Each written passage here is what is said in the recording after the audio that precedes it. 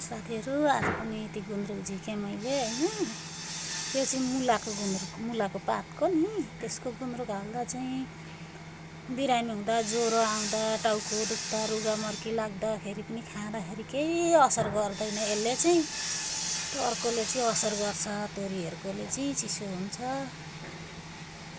अनि आज चाहिँ यति गुन्द्रुक भिजाउन लागेको छु। त्यो अहिले झिकेको गुन्द्रुक यहाँ यसलाई म सबै थोक हालेर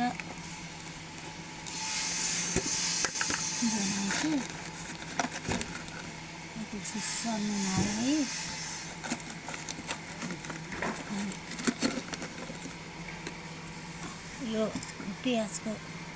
प्याज र खोर्सानी हालेँ।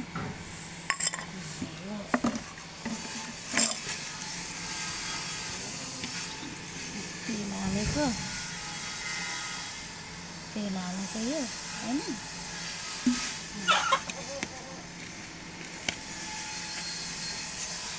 यो चाहिँ अलिकति मसला हाल्छु।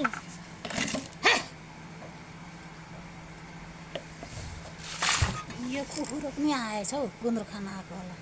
यति मसला हाल्छु अनि खोर्सानी पनि हाल्ने।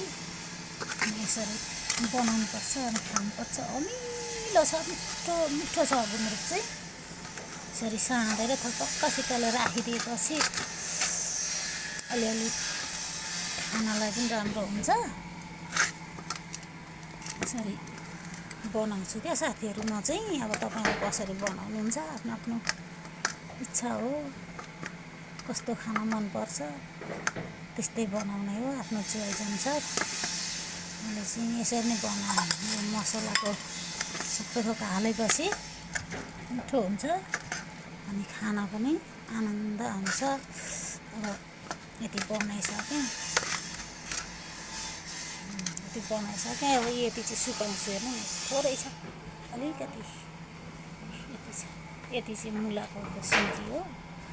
यो चाहिँ यति चाहिँ गुन्द्रुक, त्यति चाहिँ सुकाइदिन्छु।